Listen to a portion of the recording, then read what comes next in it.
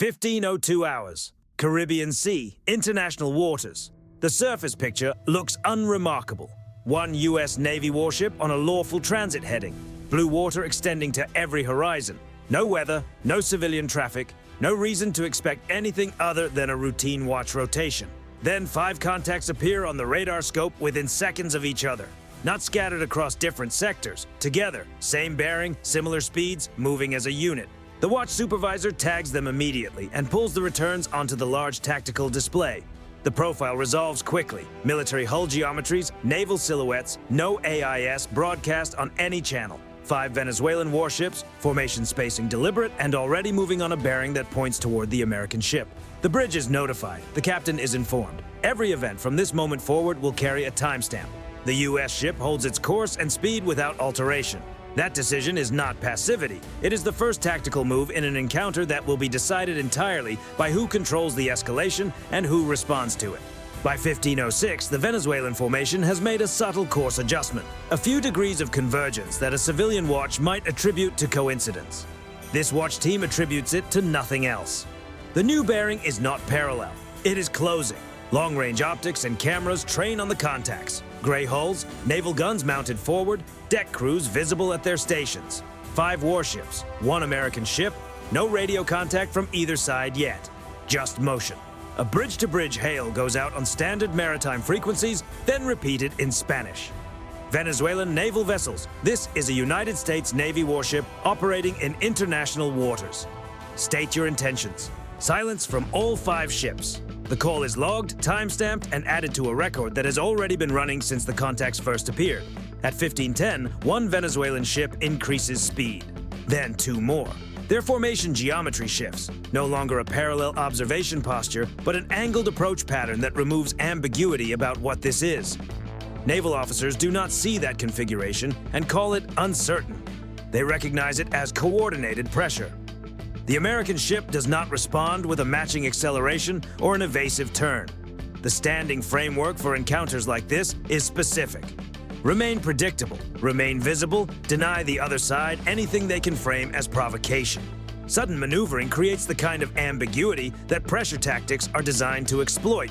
The ship that holds its line forces the other side to make every subsequent choice explicitly. Inside the Combat Information Center, the passive collection systems are already running. Every radar emission coming from the 5 Venezuelan ships is being captured.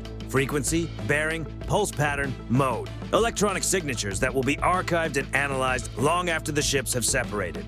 The crew does not announce this over the internal circuit. There is no need to. By 15:14, the formation has compressed into a coordinated intercept geometry. 2 ships angling outward to widen the approach envelope. The lead pair holding the center line. A 5th vessel trailing slightly to starboard, offset. A configuration designed to present multiple simultaneous approach angles rather than a single front. Closest point of approach is recalculated continuously. The number is now under 2 nautical miles and trending lower. At that range, the margin for misinterpretation is gone. A small unannounced course change from either side can look like an aggressive move to anyone watching. The American ship makes no unannounced course changes. Another hail transmits, Venezuelan naval vessels. You are closing at high speed on a United States Navy warship in international waters. Alter course immediately. The call goes out in both languages. Silence returns. Then the electronic warfare console registers a mode shift from one of the Venezuelan vessels. The emission changes from broad surface search, the kind of radar signature a ship produces when it is simply aware of its surroundings, to a narrower, higher resolution tracking pattern. The ship is now actively painting the American warship. Not weapons targeting, but deliberate close tracking of the ship's position, speed, and bearing. The distinction matters because it represents a change in intent, and that change is now in the record with a precise timestamp. At 15:22, the formation compresses further. Deck personnel visible through high magnification optics, helmets on, bodies positioned near gun mounts, no weapons manned, but no one pretending to be somewhere else. The captain issues a single quiet order. Prepare non-lethal deterrence options. Below decks, systems shift states without announcement. The flight deck is alerted. At 15:25, the range drops below 1.5 nautical miles. Hull numbers are readable through the optics. Individual faces are visible to anyone watching through the right lens. The ocean, in the way it sometimes does during these encounters, seems to shrink. There is very little water left between the 2 forces. The American ship does not flinch. That steadiness is not a passive quality. It is the product of a crew that has rehearsed exactly this scenario and understands the precise mechanism by which pressure tactics succeed or fail. They succeed when the target provides a reaction that can be characterized as provocation. They fail when the target provides nothing except an unbroken record of professional, lawful behavior that the pressuring force has to escalate around explicitly. At 15:27, the flight deck clears. The Seahawk lifts off the deck smoothly, rotors cutting through the humid air, and turns toward the Venezuelan formation. The helicopter is not a weapon platform in this context. It is a presence multiplier. It adds a dimension to the encounter that 5 surface ships advancing on one ship do not account for in their approach geometry. It produces footage with geotags and timestamps. It makes accountability visible in real time to the people whose behavior is being documented. The Seahawk descends to a few hundred feet above the water and establishes a steady orbit just outside the formation's perimeter, close enough to be unmistakable, calibrated precisely to remain professional. Its sensors come online: high-resolution cameras, infrared imaging, laser range finding, everything recording continuously. On the Venezuelan ships, deck crews notice the aircraft. Binoculars come up, heads turn. The response confirms what the approach geometry already indicated. These crews understand exactly what is happening.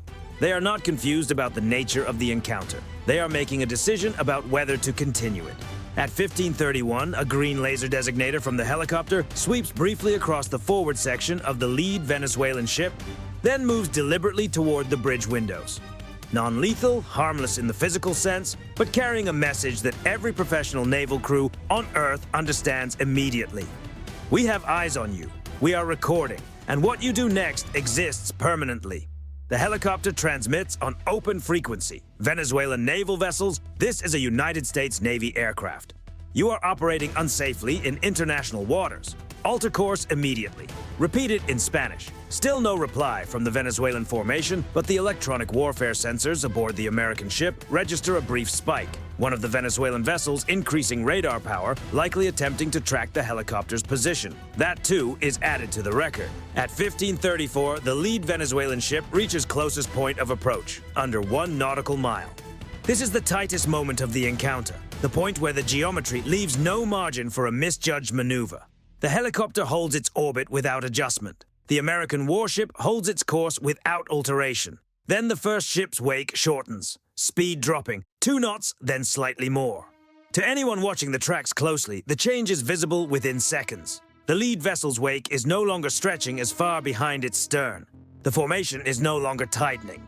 For the first time since the contacts appeared on the scope 32 minutes earlier, the closing geometry has reversed. The second ship adjusts its heading. Not a dramatic turn, a few degrees that break the clean intercept alignment the formation had been holding. The symmetry of the approach pattern loosens. Individual ships begin making individual decisions rather than executing a unified advance. Inside the CIC, the closest point of approach recalculation updates. The number is moving in the other direction now. The helicopter completes a final documentation pass, recording the course changes, the speed reductions, the deck crew movements stepping back from forward positions. The footage is geotagged and time-stamped at every second. Then the Seahawk banks gently, climbs just enough to clear the formation, and returns to the flight deck. The cameras run until the last possible moment. By 15:41, the Venezuelan formation has lost its cohesion entirely. One ship has moved to port, creating lateral separation. Another has slowed enough that the formation spacing has stretched beyond coordinated pressure geometry. What had been 5 ships executing a unified approach is now 5 ships making individual calculations about where to be. No radio call is exchanged during the withdrawal. That silence is accurate. There is nothing to say that would improve the position of the side that approached without communicating. Refused 3 separate hails, activated targeting mode radar against another Navy's warship in international waters, and then reversed course when a helicopter arrived and began producing a permanent visual record of the encounter. At 15:46, the Venezuelan ships are no longer on any heading that intersects with the American warship's transit path. The distance between them is growing. The American ship has not altered its original course by a single degree throughout the entire encounter. The work that follows separation is as important as the encounter itself. Radar logs are archived. The electronic signature data collected from all 5 Venezuelan ships Every emission, every mode change, every radar power level shift throughout the approach is correlated against the timeline, verified, and added to the permanent record. The helicopter footage is reviewed, cataloged, and stored. Every second of the Seahawk's orbit produced time-stamped, geotagged documentation of a coordinated approach by 5 warships against a single American vessel in international waters. That record describes the encounter more precisely than any radio transmission could have. 5 ships that advanced without communicating, refused 3 separate identification hails, actively tracked a foreign warship with fire control adjacent radar modes, closed to under 1 nautical mile without cause, and withdrew when documentation of those actions became unavoidable. The American ship that held its course throughout, transmitted legal warnings 3 times, deployed non-lethal deterrence within the bounds of standing protocol, and produced a complete evidentiary record without firing a weapon or making an aggressive maneuver. The logic that produced the Venezuelan withdrawal is the same logic that governs every gray zone maritime encounter at this level. Pressure tactics below the threshold of force are designed to generate advantage without generating accountability. They work when the target overreacts and provides a countervailing narrative, or when the target yields and the approach achieves its objective, or when the encounter goes undocumented and deniability remains intact. This encounter produced none of those outcomes. The American ship's behavior denied the overreaction. The course held throughout denied the yield. The helicopter's cameras denied the deniability. 5 warships advancing on 1 ship in coordinated formation is a significant force application. It did not produce a course change in the target. It produced a helicopter, a laser designator, high-definition footage, and a record that now belongs to whoever needs it. The sea ahead of the American warship is open water. The Venezuelan ships are on the horizon, headings diverging.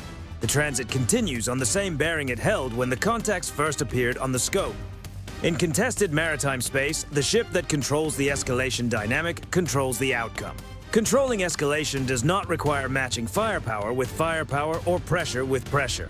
It requires making the other side's next step explicitly more costly than stopping, and doing so through behavior that produces no countervailing narrative, no usable footage of overreach, no diplomatic ammunition. The strongest move in a gray zone encounter is often the one that generates a complete documentary record while giving the other side nothing to point at.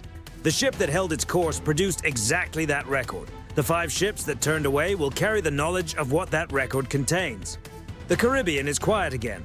Wake unbroken, heading unchanged.